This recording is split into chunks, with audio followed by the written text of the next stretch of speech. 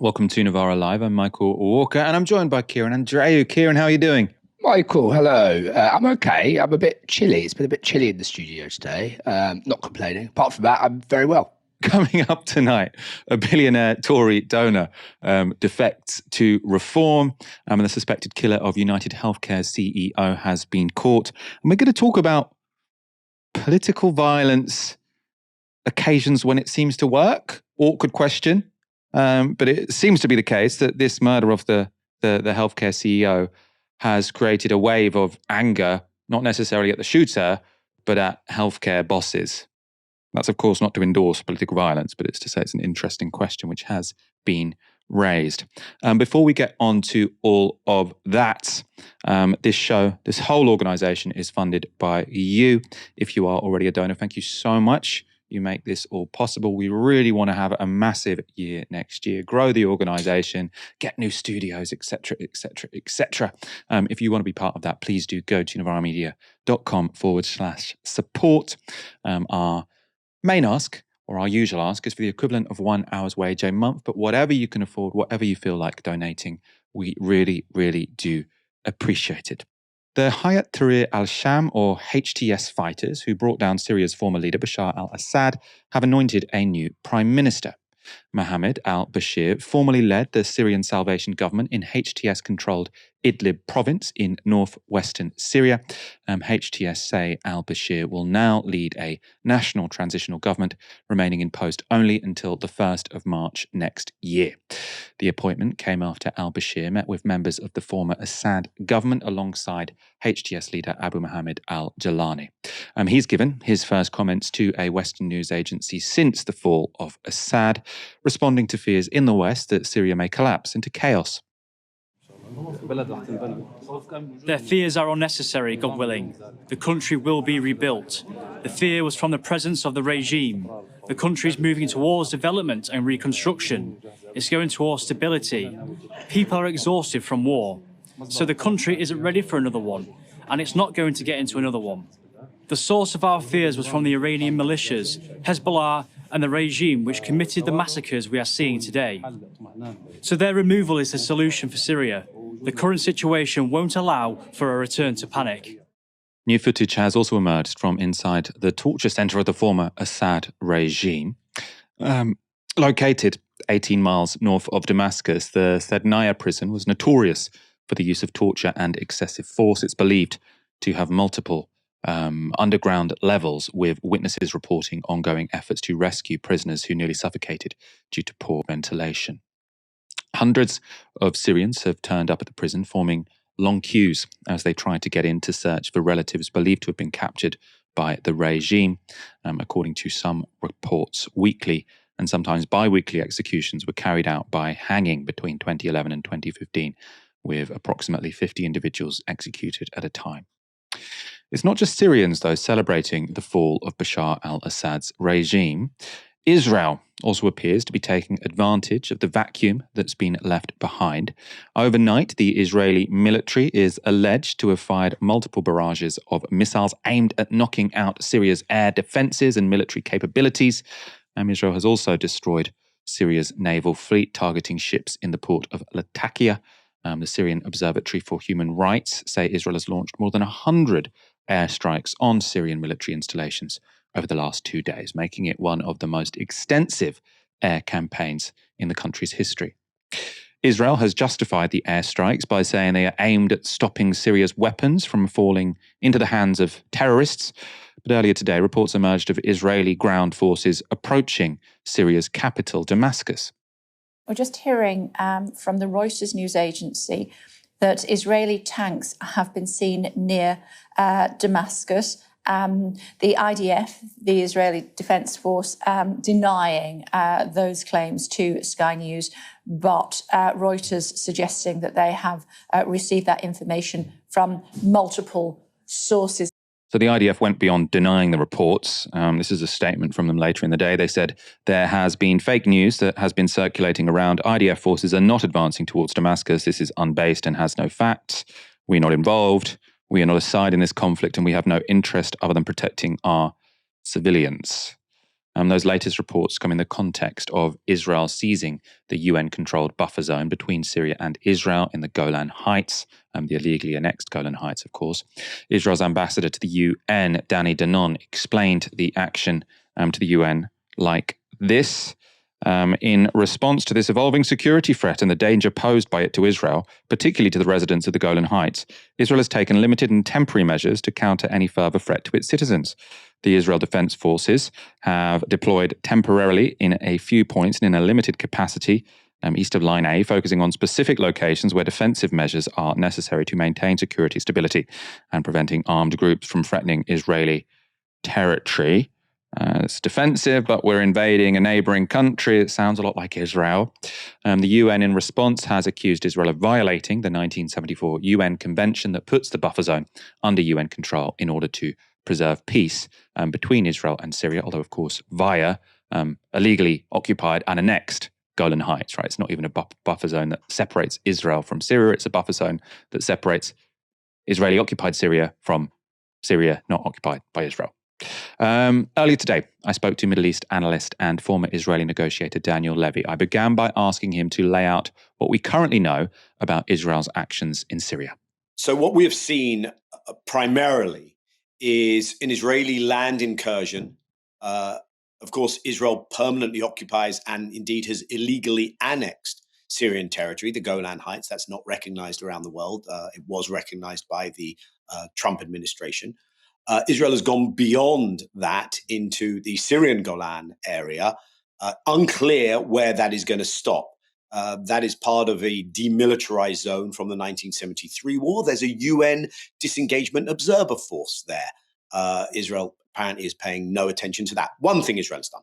The other thing Israel has done is it has carried out the most extensive air raids, air bombing operations in Syria that it has ever done. Over 300 airstrikes, we are told, in just the last very few days. It has destroyed much of Syria's military. It makes the claim that it is preventing any potential hostile acts against Israel. Initially, it said it was focusing on chemical weapons. You have an international organization that's designated to do that. Israel, of course, operates outside of international law. It has gone after the Syrian parts of the Syrian naval fleet. I think much of the Syrian army's weapons depots, and it has struck government offices, records that are kept by the Syrian state that are going to need to be used by any transitioning and future administration. I think we need to drill down and understand what that's about. Let me acknowledge that Israel is not the only external party acting with dubious intention in Syria. But this, the ground incursion, and especially the extent of these airstrikes, are out of sync with what anyone else is doing at the moment. And it's doing all of this after the fall of Assad. So who's doing the massive bombing after the fall of Assad? Israel. And you've got America in there claiming it's going after Daesh, ISIS targets as well. It does seem strange, doesn't it? Because I suppose, neighboring countries or countries with an interest in an area, when a government falls, they might be sort of intervening to try and put their thumb on the scales of who takes over. But it seems like Israel is more interested in just whoever takes over, they don't want them to have a military. So they're using this as an opportunity to make sure Syria just exists without any military capacity. Is that your understanding of what's going on? Yeah, I mean, look, this is a sovereign state. Yes, it's come apart at the seams, but this is a staggering act, a brazen act of international criminality. I would say that if Israel hadn't blasted through every definition of what is staggering, what is brazen, and what is cruel criminality in what it's done in Gaza. But what's going on in Syria is eventually you will need a Syrian state. And one of the really interesting things that's gone on in Syria is that there has been this coordinated attempt to say, we don't want to go down the totally collapsed state route. Let's try and keep some of these, albeit hollowed out, but still where they are functioning, institutions in place. And Israel seems to be trying to make sure that that will not be the case. Syria will need to defend itself, whether it is against foreign threats, whether it is against, we know there's a Daesh, an ISIS presence in Syria. It is absolutely legitimate for Syria, as with other countries, to have a military. This is Syrian sovereign territory. So it seems that, first of all, on the ground incursion, what is going on here is that this is a land seizure of opportunity. I imagine, knowing the Israeli playbook, that they will not necessarily intend to stay, but they will demand something in return for this act of criminality. So if we're going to leave, here's what we want. It may be on the Syrian front, it may be on another front, and the option of staying much longer than perhaps they're currently considering always exists. Of course, it always exists if you're a country that's able to act with impunity. Israel ticks that box. Then the bigger picture, why all this destruction? Why such an extent of intervention? This does feel a bit like Israel as an important counter-revolutionary power against the Arab Spring redux. Israel was very active in trying to make sure that the region would not have representative, democratic, accountable governance, because Israel knows that the kind of regimes that are in place, not answerable to their own people, are very convenient to an Israel that is deeply unpopular because of how it acts in the region. Of course, because of how it acts against the Palestinians, but not only. So Israel and other states, I think, see a real threat in the potential of a successful Syrian transition. That's going to be really hard to achieve, whatever Israel does. But Israel is leaning in. And in Egypt, of course, it did that together with the Emiratis primarily. I wouldn't be surprised if there's a similar coalition with others probably at play here. Israel is leaning in heavily to how can we be a major scuppering, a major chaos-inducing actor?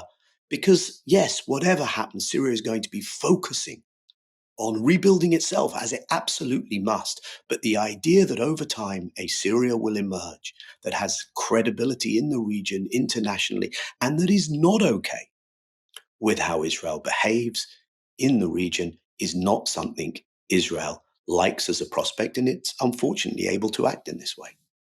From your perspective, Israel would prefer Syria to become a failed state, potentially with the rise of Daesh again, than for it to become, no one seems to think this is particularly likely, but for the sake of argument, to become a stable liberal democracy in the region.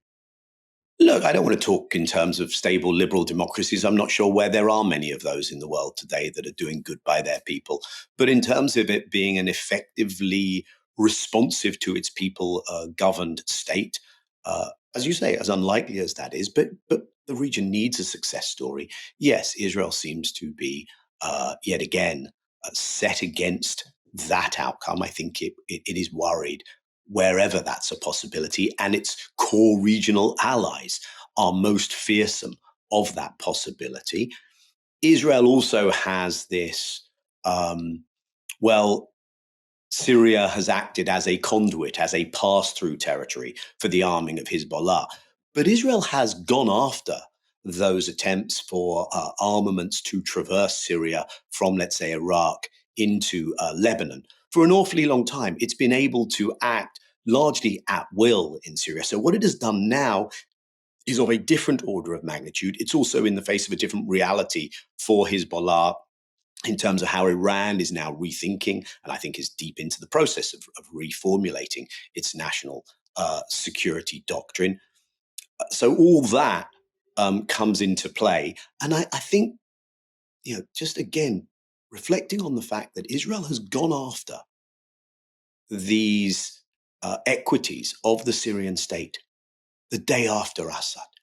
Assad was a very convenient, a weak Syria, a very convenient ruler for Israel. A weak Syria under Assad had been the Israeli playbook for the entirety of the moment when the Syria unraveling started to play out. This was the quietest of Israel's borders. Assad was one of those people who spoke the rhetoric but never acted in meaningful ways when it came to challenging Israel, meaningfully standing up for the Palestinians. Indeed, Hamas broke ranks with Assad at the beginning of the Arab Spring, largely around that. There's a strong argument that it's only because of Israel's actions that Assad eventually fell. It was Israel who sort of decapitated Hezbollah, who was Assad's sort of biggest sort of local backer, I think. And then, of course, Iran's been weakened by Israel as well. But your understanding is Israel weren't exactly desperate for Assad to fall. This is a sort of accidental byproduct of their war against Hezbollah and Iran, as opposed to a sought outcome, let's say. Absolutely. I mean, what we hear Israeli sources telling us is, and I think this is common to most, they were caught by surprise by what happened. The intentionality of Sinwar when he opened that front on October 7th, and crimes were committed there, of course, and the intentionality of what Israel has subsequently done in Lebanon were not designed with this moment in mind. In fact, we have credible information which suggests that Israel had been against attempts to remove Assad, and Israel, the UAE, and others had been part of an effort to move Assad out of the Iran Axis camp while staying in power. So I don't think this is an outcome, much as the Israelis are saying it's another blow to the axis of resistance, which it is in some ways. But I don't think this is an outcome that Israel sought. And I don't think Israel looks at the prospects of those potentially coming to power in Syria and says these will likely be our guys. I think what Israel is doing, broadly speaking, in the region, and what it has just done in Syria, makes it ever more impossible for that state, in the policies it practices, to be accepted. And it's just made a lot of Syrians more angry in a way that they probably would have certainly not embraced Israel, but they would have said that's a second, third order of magnitude concern for us. And now Israel is front loading that. So I think what we saw, and the lack of a response from Russia and Iran, and in particular from Iran here, I think Russia decided cut our losses, but Iran also made that decision partly because Assad was an increasingly unreliable player for them, increasingly costly, increasingly not very useful, especially as Hezbollah was going to have to transition through a different phase over the next period. And I think Israel saw that and has now stepped in the way that it has. And what this suggests, and this is really important, is that Israel is insisting on a kind of hegemonic roll of the dice in the region that I think the region is unifying, with notable exceptions. And I mentioned one of them in terms of a major normalization ally of Israel.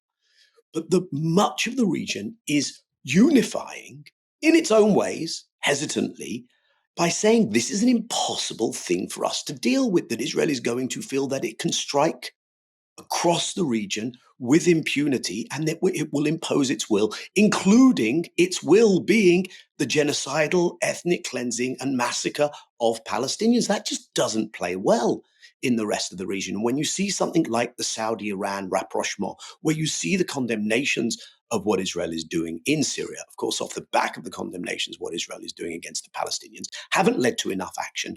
But absolutely, this is a misplaced notion that Israel can bend and shape the region to its will, that can be sustainable.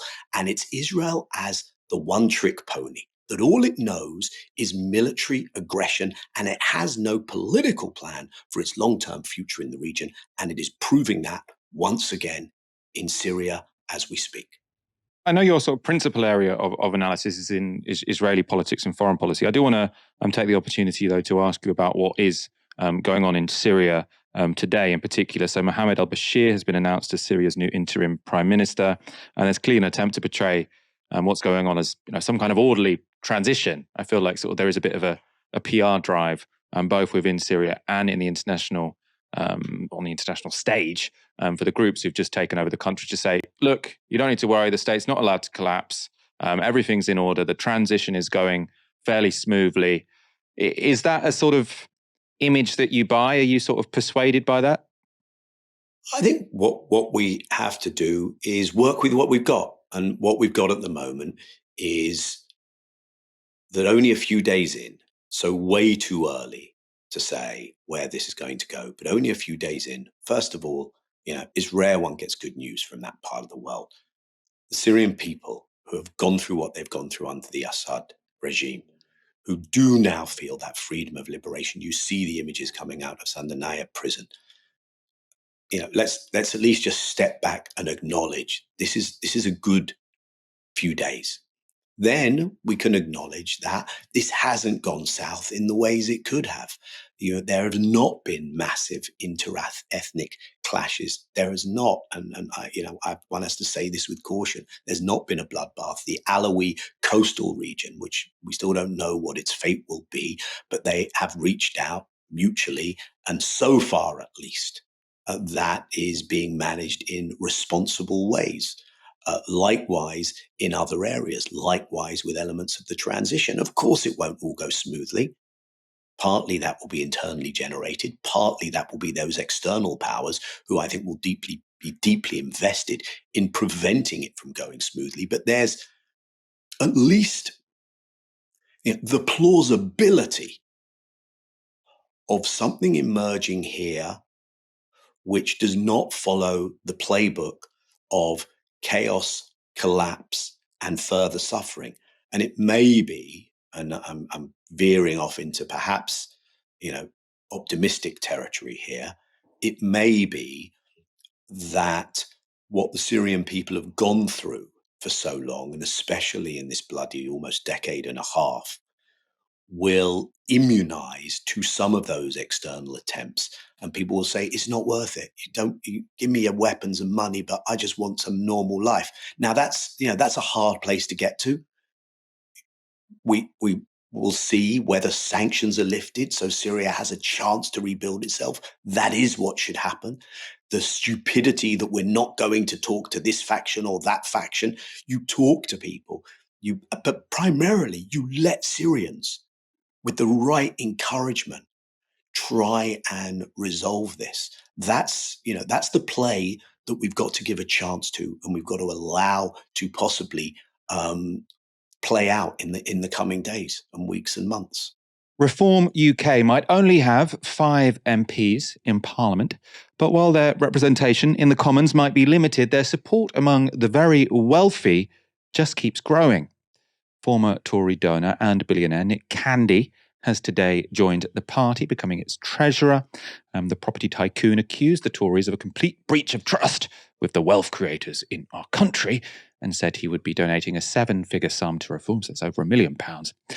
Candy and Farage today sat down for an interview with Sky News to discuss the development, but Beth Rigby seemed more interested in a richer man than Reform UK's new sugar daddy. Elon Musk said on X, on the announcement of your appointment, that this was, quote, interesting. Yes. Are you going to try and raise funds from him? And have either of you had conversations with Elon Musk or his team about donations? We've had no conversations yet regarding donations. Elon's obviously very close to President Trump. Nigel's also super close to President Trump. As you know, we helped, via my wife, do the largest Republican fundraiser ever done outside of America.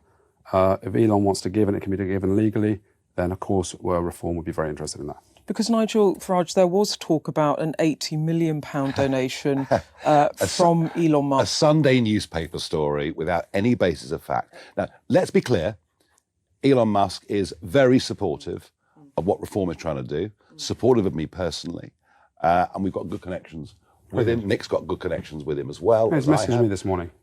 But there you are. So, He's messaged you this morning. Yeah, we're speaking, so probably later And what today. did he say? I cannot discuss that. Okay. But he messaged you So yeah, directly. we're speaking directly. So he's giving us political support.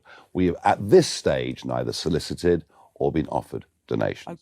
Okay. So this candy fella, sort of joining Reform seems to be somewhat significant. If Elon Musk were to get on board, that would be much more significant. He's the richest man in the world. I think there's a strong argument that Donald Trump wouldn't have won in November if it weren't for Elon Musk.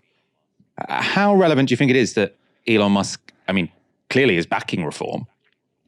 Well, I mean, it's very relevant because obviously he's extremely powerful and he has a great deal of money. It's completely unsurprising. And I think it further evidences two things. First of all, something I said, I think last time I was on Novara Live, which is that every day is a good day for reform at the moment. They're in perfect position for a party, of its nature, and things can only go upwards for them for a time at least, unfortunately, from my perspective. So it's another good day for reform, but it's completely unsurprising in the fact that, reform seems to me to be in the same way, to an extent, that Trumpism is also the same, a front for the international billionaire or multimillionaire class, masquerading as a kind of working class revolt.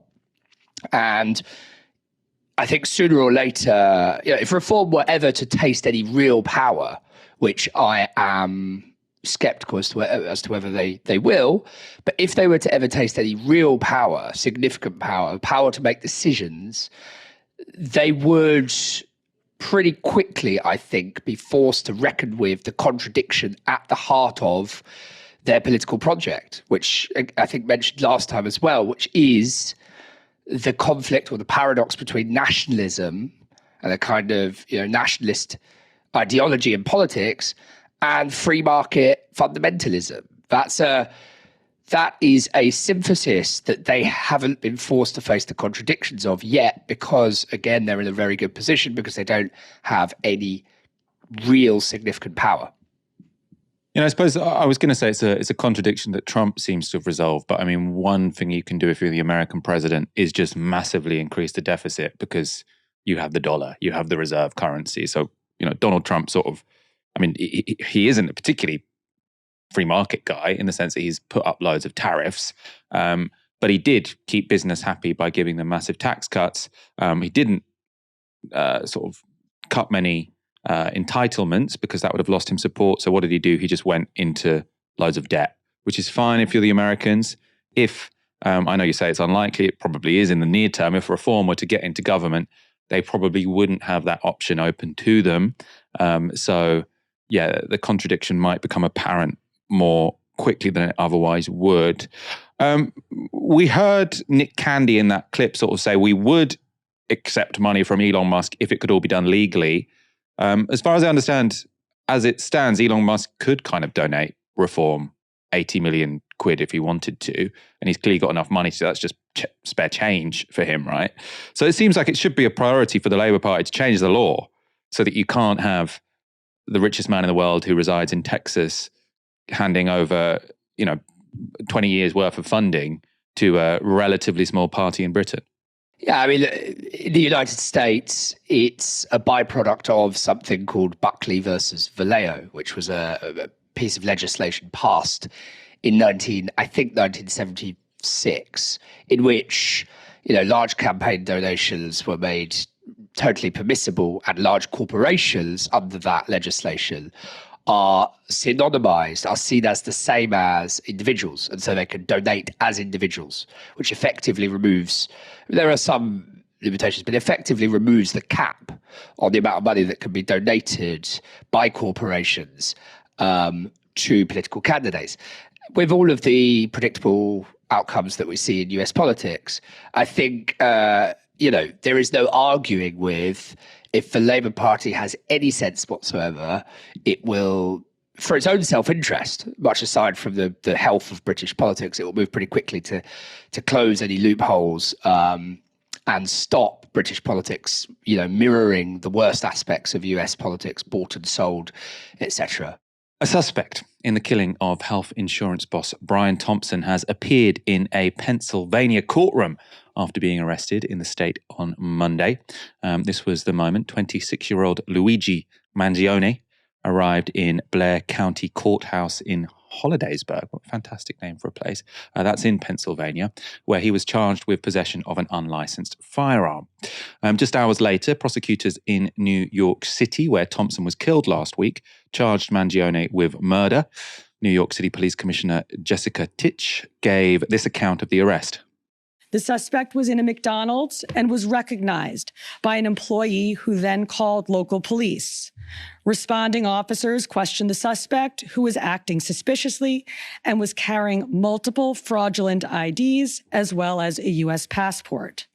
Upon further investigation, officers recovered a firearm on his person, as well as a suppressor, both consistent with the weapon used in the murder.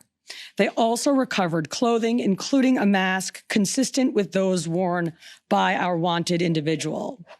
Also recovered was a fraudulent New Jersey ID, matching the ID our suspect used to check into his New York City hostel before the shooting incident.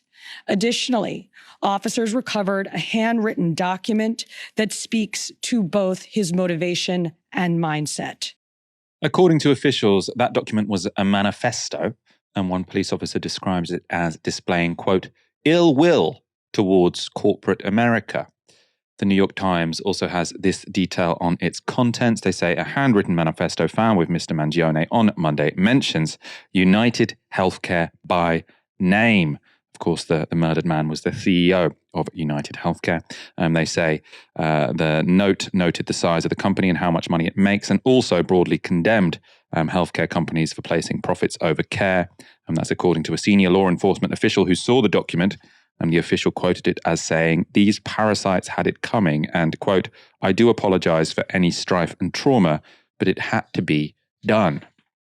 Investigators also revealed last week that the bullets that killed the CEO were engraved with the words defend, deny, and depose, reportedly a reference to the tactics used by American health insurance firms to avoid paying out for clients' medical treatments. According to the American Association of Retired Persons, private health insurers turn down around 200 million claims each year in the United States, including for life-saving treatments. That's around 15% of all claims, and many are rejected on spurious grounds. Now, that may explain why the killer of the private health insurance boss has received massive amounts of online praise, with many hailing the murderer as a hero. Pennsylvania Governor Josh Shapiro wanted to address that praise following Mangione's arrest in his state. Violence can never be used to address political differences or to address a substantive difference or to try and prove some ideological point. That is not what we do in a civilized society. That was true in Butler. It was true in New York City. It's true anywhere. That is not how you make progress in this country. The person, the suspect here, who shot at that CEO and killed that CEO is a coward, not a hero. And we need to make sure that in this country, we get back to having a civil discourse about our differences. I agree, right? I mean, we're going to talk about this sort of later in the show, but I don't think we should support political violence. I don't think we should support assassinating anyone for political purposes. I do always find it, I suppose, unconvincing the way politicians always rush to call people who commit acts of political violence cowards, right? Because I think to venerate people who carry out, who do sort of political assassinations, which this seems to have been, would be very dangerous. That's not the kind of precedent we want to set. But, if of all the things one could say for the man who killed this healthcare CEO, obviously the man charged is Luigi Mangione, I don't know if coward would be the most sort of appropriate descriptor. Whether it's right or wrong, it doesn't seem like a particularly cowardly thing to do. But we always hear this after a sort of terrorist attack. They call them cowards. Now, I think they're often wrong and immoral. Just cowardly seems, I find it unconvincing. I wonder if sort of others in the audience and people listening to the politicians might feel the same. You heard there Shapiro mention Butler. That was a reference to the attempted assassination of Donald Trump back in July. Of course, a situation where, a number of people seem to be turning to political violence. That is kind of worrying, right? Let's look at Luigi Mangione in a bit more detail. He was born to a prominent Maryland family, and his relatives own country clubs, healthcare facilities, and real estate companies. So from a wealthy family. And Mangione attended the private Gilman Boys School in Baltimore at a cost of around $50,000 per year before going on to the Ivy League University of Pennsylvania, where he studied computer science, a kind of an odd position to be a kind of class warrior against CEOs. In 2022, Mangione moved to Hawaii, where he joined a co-living community called Surf Break. This was one of his former housemates speaking to CNN. When I first interviewed him before he moved in, I remember he said he had a back issue and he was hoping to get stronger in Hawaii. So he's always focused on trying. When he first came, he went on a surf lesson with other members, and unfortunately, just a basic surf lesson, he was in bed for about a week. We had to get a different bed for him that was more firm, and I know it was really traumatic and difficult. You know, when you're in your early 20s and you can't, do some basic things, it can be really, really difficult. Mangione's back issues seem to have been quite severe, so this spinal X-ray image appears on the background of Mangione's Twitter account, so it's in the header. Now, we don't know whether it's his spine, but a surgeon told NBC it probably showed a hardware fusion used in the treatment of the painful condition spondylolisthesis, where a spinal vertebrate moves out of place. In a handwritten note also online, Mangione appears to confirm he suffered from this condition. Another former housemate of Mangione told NBC this. Mangione lived at Surf Break from January 2022 until April of that year. It was our understanding that he left due to a lifelong back injury that was exacerbated by surfing and hiking. To our knowledge, nearly all members of Surf Break from his tenure lost contact after he left. To our knowledge, he did return to Hawaii briefly in early 2023 and started a book club. Several members left due to discomfort in book choices. Now that's an interesting little tidbit there, because a clue to what those book choices might have been can be found on what appears to be Mangione's Goodreads page. So there he seems to have reviewed a book written by Fyodor John Kaczynski, also known as the Unabomber. Now, Kaczynski killed 3 people and injured 28 more across the US in a series of mail bomb attacks. This is what Mangione wrote about industrial society and its future, which was Kaczynski's manifesto. So he said this under a review. So he gives it 4 stars, so not a full 5, but a reasonable review. And he says, it's easy to quickly and thoughtlessly write this off as the manifesto of a lunatic in order to avoid facing some of the uncomfortable problems it identifies. But it's simply impossible to ignore how prescient many of its predictions about modern society turned out. He was a violent individual, rightfully imprisoned, who maimed innocent people. While these actions tend to be characterized as those of a crazy Luddite, however, they are more accurately seen as those of an extreme political revolutionary. Mangione approvingly cites another review of the book that says this. So he says he had the balls to recognize that peaceful protest had gotten us absolutely nowhere. And at the end of the day, he's probably right. All oil barons haven't listened to any environmentalists, but they feared him. When all other forms of communications fail, violence is necessary to survive. You may not like his methods, but to see things from his perspective, it's not terrorism, it's war and revolution. Fossil fuel companies actively suppress anything that stands in their way, and within a generation or two, it will begin costing human lives by greater and greater magnitudes until the earth is just a flaming ball. And then he sort of says violence against those who lead us to such destruction is justified as self-defense. If that is Mangione's account, then he'd hardly be the first person to endorse some of Kaczynski's positions, if not his methods, of course. And when Kaczynski died last year, Elon Musk replied to a post with this. So it's a post with a quote from Kaczynski. The Industrial Revolution and its consequences have been a disaster for the human race. So Fyodor Kaczynski was someone who's quite critical of technology. Elon Musk says he might not be wrong. And interestingly, Mangione also appears to have been a Musk fan, having read books about him. That's according to his what looks like his Goodreads page. And a look at Mangione's Twitter account seems to show he may have shared the political views of Musk and other Silicon Valley billionaires. Many of his retweets lament wokeism, with some bemoaning diversity, equity, and inclusion.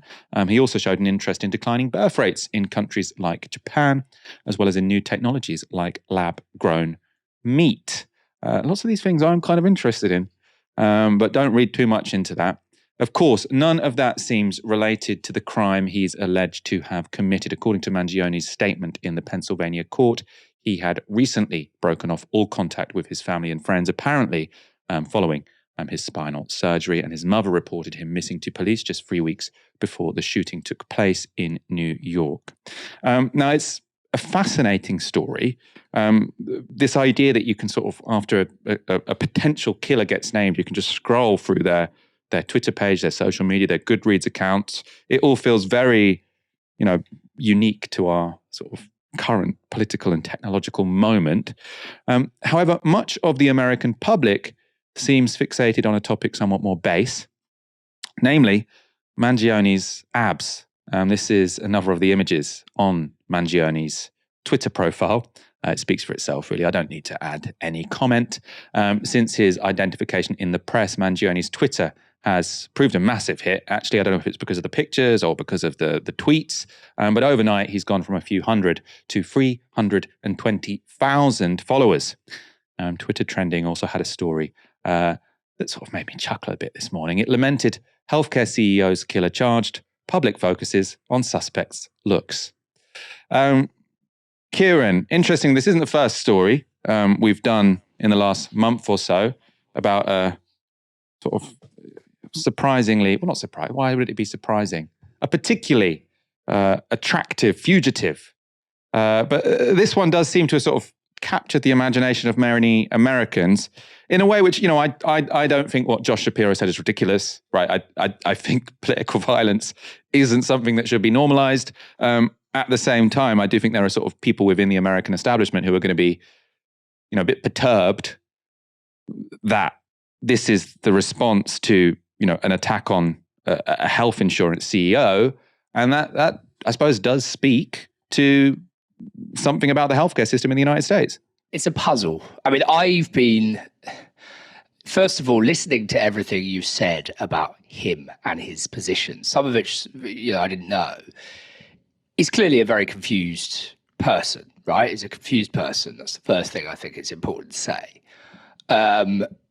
This has, and I think you could almost, I found the reaction to all of this more interesting, I think, than what will ultimately prove to be the killer's motive, because it's functioned almost like a Rorschach test or something like that. A Rorschach test, for those who don't know, just a psychological test in which people were asked to interpret ink blots. And then the psychologist makes interpretations on the participants on the basis of how they interpret those ink blots. Now, I don't know if there's any real basis to it scientifically, but it's a widely held test. The way that people have reacted to this really says something very often about, I've found it to say a lot about their positions. Leftists have interpreted what he did as a left-wing act, or did initially. Libertarians, perhaps more so, whatever it is that they would interpret. And yet still others, it's been a really, really interesting set of reactions to behold. I think the most important thing in all of this, to cut through all of the first traps and the Twitter trolling and, the memes and so on, the thing that I think is interesting, really genuinely interesting in all of this politically, is this question of political violence. But underpinning that, I think, is the way that it's drawn to the fore the question of structural violence. And we'll come on to that, hopefully, I think, in a moment, Michael. But the question of structural violence, in this case, the structural violence of the US private healthcare system, which is obviously extremely well documented outside of the United States and within the United States. There's less need for it to be documented because people have to face it very directly in their day-to-day lives. And I think there is a very serious point among all of this about that structural violence. And that conversation's always going on, but I think it has pushed it right to the top of the agenda. Yeah, I'm not sure. I'm not sure. He does seem confused. I mean, his political positions don't seem that inconsistent with each other and with his actions. I mean, his political positions seem, from his Twitter, it's the kind of politics that's very popular in Silicon Valley, sort of like kind of very interested in sort of tech people. It's similar to Elon Musk. Elon Musk is interested in wokeness, declining birth rates. What was the other one? Sort of technological meat, lab-grown meat, that kind of stuff. He's sort of on that sort of wavelength, plus really annoyed at healthcare executives. Now, I suppose it's interesting because he doesn't seem like an anti-capitalist. He was very sort of in favor of Elon Musk and stuff. So it must be a sort of specific critique of healthcare CEOs or how the healthcare system works in the United States. I mean, the court case will be interesting. Normalizing political violence would not be in anyone's interests, really. A society where political disputes are resolved at the barrel of a gun, not the ballot box, would, in my view, very possibly lead to an anarchic hellscape. But in light of the wave of outrage directed at the US private healthcare system prompted by the assassination of a healthcare CEO, it's difficult to avoid an awkward question. Regardless of one's views on the morality of political violence, does it actually work? Well, there is one recent example of a high-profile political assassination that everyone seems to agree achieved its political aims. In January last year, The Economist wrote that the man who assassinated Shinzo Abe achieved his political goals. Shinzo Abe was then the Prime Minister of Japan. His assassin, a man named Yamagami Tetsuya, said he killed Abe because of his supposed connections to a secretive religious organization called the Unification Church. He said the church had pressured his mother into giving extortionate donations, leading to her bankruptcy. So he killed the prime minister because he was annoyed about his connections to a sort of shadowy religious organization that he said had screwed over his mum. Let's look at the result. The Japanese government has begun an official investigation into the Unification Church. There have been months of revelations about links between the religious group and the governing Liberal Democratic Party. The church has been under scrutiny since the assassination in July of the former Prime Minister Shinzo Abe. The suspect said his family had been bankrupted by donations to the group.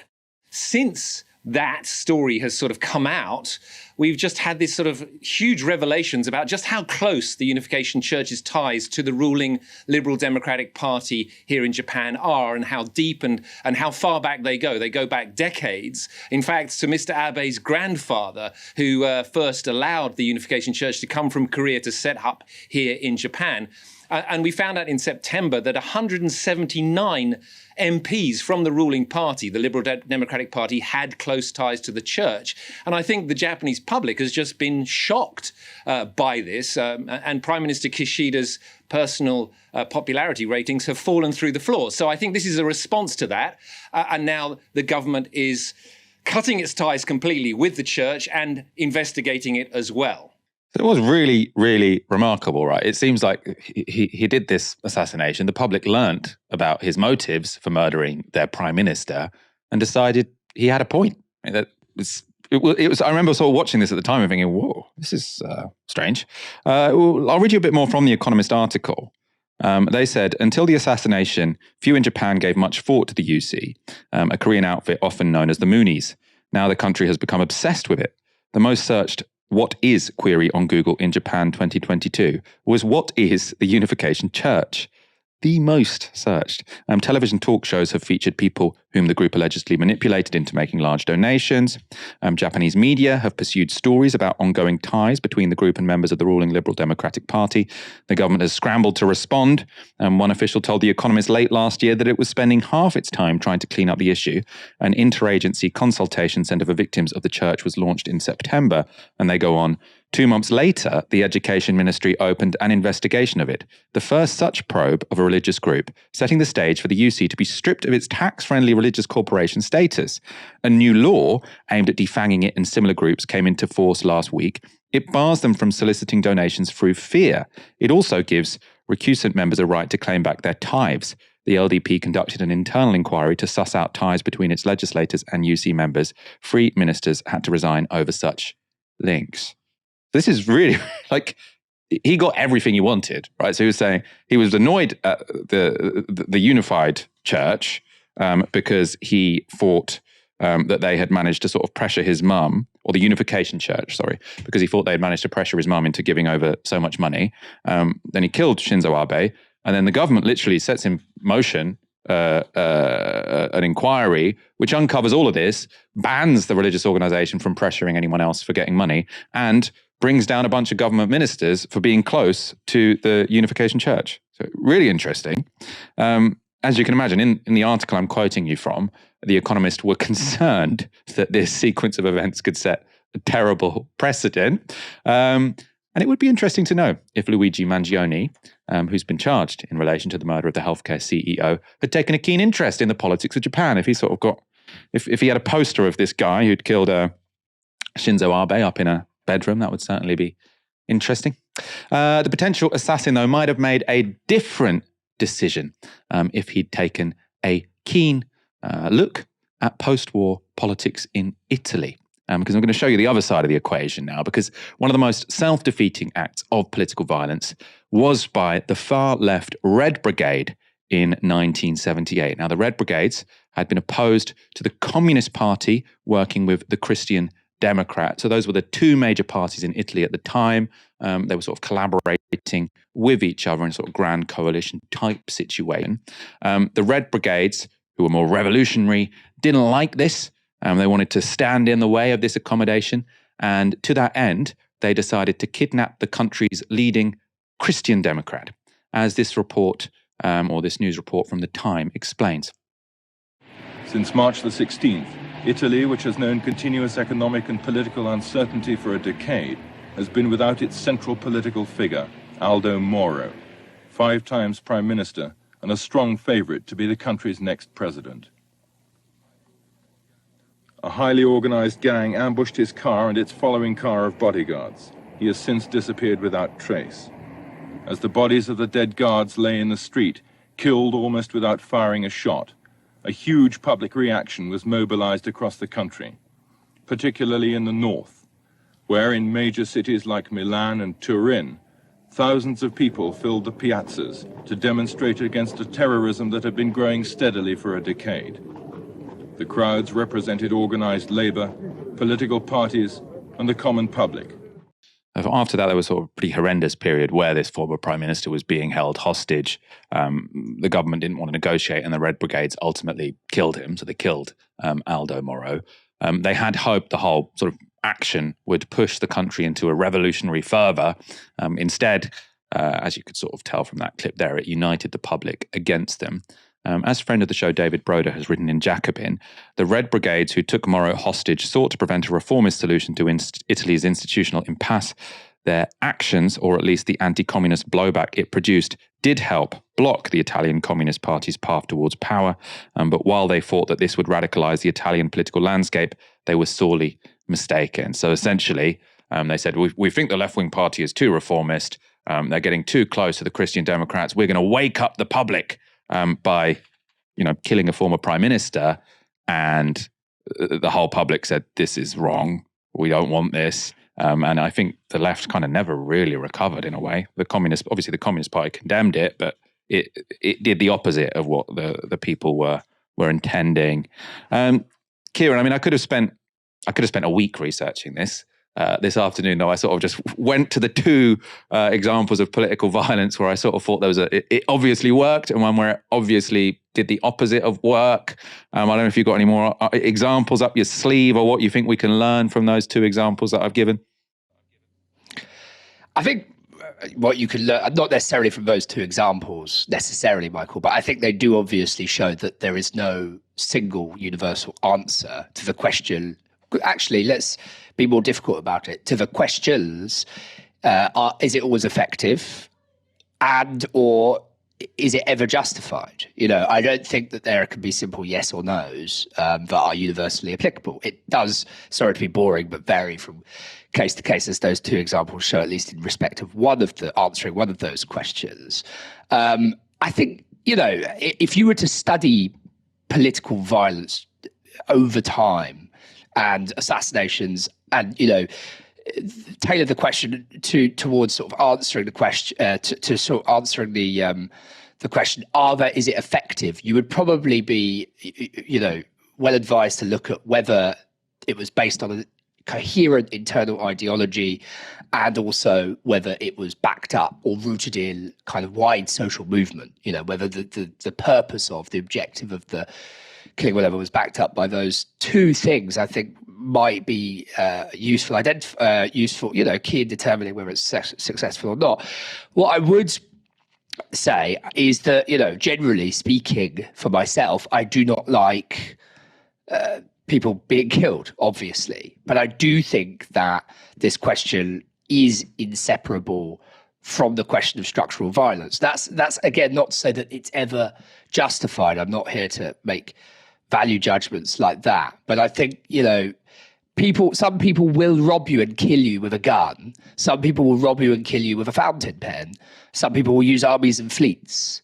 And in our society, we punish the first and we elevate and often celebrate the second and third. And, I think any society that doesn't even recognize the latter two, very often doesn't even recognize the latter two forms of violence as such, is in many ways as sick as any individual killer. I mean, returning to the question of effectiveness, again, examples, you asked me for any examples up my sleeve.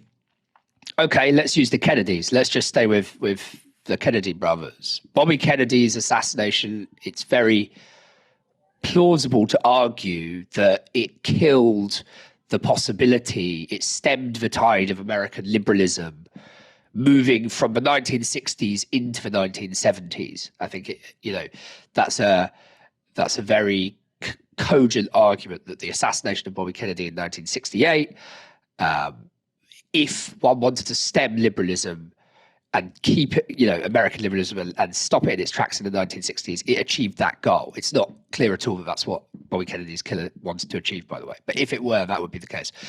But it's not the case for his brother 5 years earlier, assassinated, again, for reasons that, with motives we're not entirely clear about. But the opposite is true of that killing, which is that it's guaranteed the spread of American liberalism. And again, I don't say that is necessarily a virtuous thing, but the spread of American liberalism throughout the 1960s was guaranteed by the assassination of JFK, because it produced the largest electoral victory in US history at the next election after his assassination in 1964. Lyndon Johnson was elected largely off the back of a giant outpouring of grief. I've got Bobby Kennedy coming up, actually, because I want to look at another sort of set of political assassinations, which I think have been pretty much done in the service of reaction. And these, tend to be a bit more successful. I think generally political violence shifts people to the right. So I think sort of doing political violence to try and make a more sort of liberal left-wing society doesn't normally work. But let's go through some of these examples. So the murders of Martin Luther King and Bobby Kennedy in 1968, I think, as you've said there, Kieran, very clearly set back the cause of racial and social justice in the United States and preceded the rise of Richard Nixon. Assassinations have also been deployed as a key tactic to hold back anti-colonial movements. In 1961, the Americans and Belgians colluded to kill the Congolese liberation leader Patrice Lumumba. The Americans had less luck in their efforts to take out Fidel Castro, though, of course, it wasn't for lack of trying. And assassinations have also been successful in preventing peace processes. In the mid-1990s, Israeli Prime Minister Yitzhak Rabin and Palestinian leader Yasser Arafat looked close to reaching some kind of deal for a two-state solution, but the deal was opposed by then opposition leader Benjamin Netanyahu, who egged on mobs portraying Rabin as a Hitler-like figure selling out the Jewish state. And this is what happened next. Rabin responded with his own rally. More than 100,000 supporters singing of peace.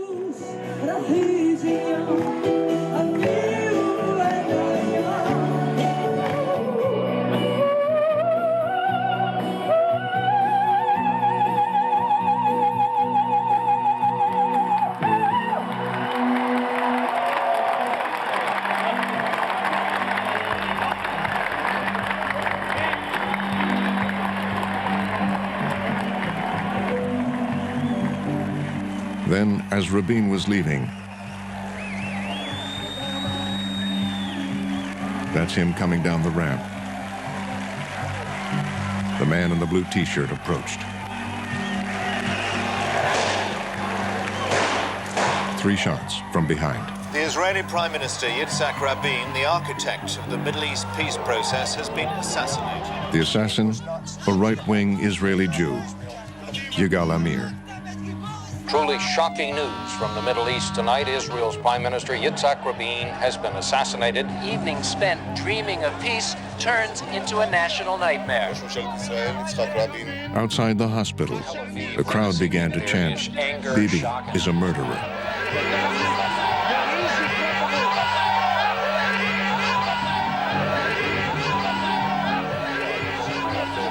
The sign says, "Bibi, Rabin's blood is on your hands." Obviously, Benjamin Netanyahu would go on to dominate Israel for the next 30 years, or does dominate Israeli politics for the next 30 years, and there was no sign of any kind of peace process.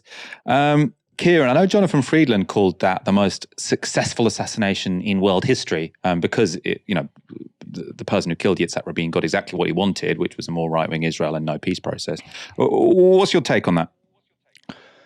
Well, I don't agree with Jonathan Friedland, and I'll explain why, and hopefully bring it back to answering the question more directly. First of all, I do think it's relevant to say, and I won't expatiate at length, but Rabin had been absolutely no dove in his life, particularly his early life. I mean, Rabin was first enlisted into pre-Israeli, so Zionist terror gangs in the 1940s, following which he rose through the ranks, and during the Nakba, he was a major commander of operations. He personally ordered many of the liquidations of and the killings in Jerusalem, and later personally authorized the ethnic cleansing of Lydda. And later, I mean, it's no exaggeration to say that sometime later, after 1948, he wrote the blueprint for much of early IDF strategy in occupied Palestine. Then getting to Oslo, I mean, the tragedy of Rabin for me, Michael, is not that he was assassinated as the Disney version of the history tells us, assassinated before he got to see his beautiful dream of a two-state solution and peace realized. The tragedy of Yitzhak Rabin is that he was assassinated for something he didn't actually believe in himself. Yitzhak Rabin, nowhere can you find in his name any record of him referring to a Palestinian state. And in fact, all of the Oslo Accords that he and his delegation signed, all of them steadfastly avoided using the words Palestinian state. Had they used them, he would not have signed them. A month before Rabin died, he told the Israeli Knesset, hardly leaked private communique, told the Israeli Knesset, we will give them an entity which is less than a state. That was always official Oslo policy as far as the Israeli delegation under Rabin was concerned, by the way. And also, and this is, and now I'll try and bring it back to the initial question about, we're talking about political violence, right? And whether it achieved its goal or not. And in Friedland's opinion, it did. And in my opinion, it didn't. And I'll explain why. But before I do, I'll say, even if Oslo had been ratified and implemented, which wouldn't have been a good thing for the Palestinians, but that's a different discussion. Even if it had, there's no reason to believe, given the passage of time since 1995, that it wouldn't have been ridden roughshod over by increasingly crazed right-wing Israeli society and political class. So I do not take his assassination by a right-wing Orthodox nutcase as evidence of political success, precisely because I think Israeli society was moving in that direction anyway, and actually Oslo was window dressing, and Rabin knew it as such. We could talk about this all evening, but it's already 7:05, isn't it? Kieran, it's been a pleasure being joined by you this evening. Incredibly interesting contributions as always. Real pleasure being here. Difficult topics at times, but yeah, very interesting. Thanks, Michael. And thank you everyone for watching tonight. Come back tomorrow for another show from 6 p.m. For now, you've been watching Novara Media. Good night.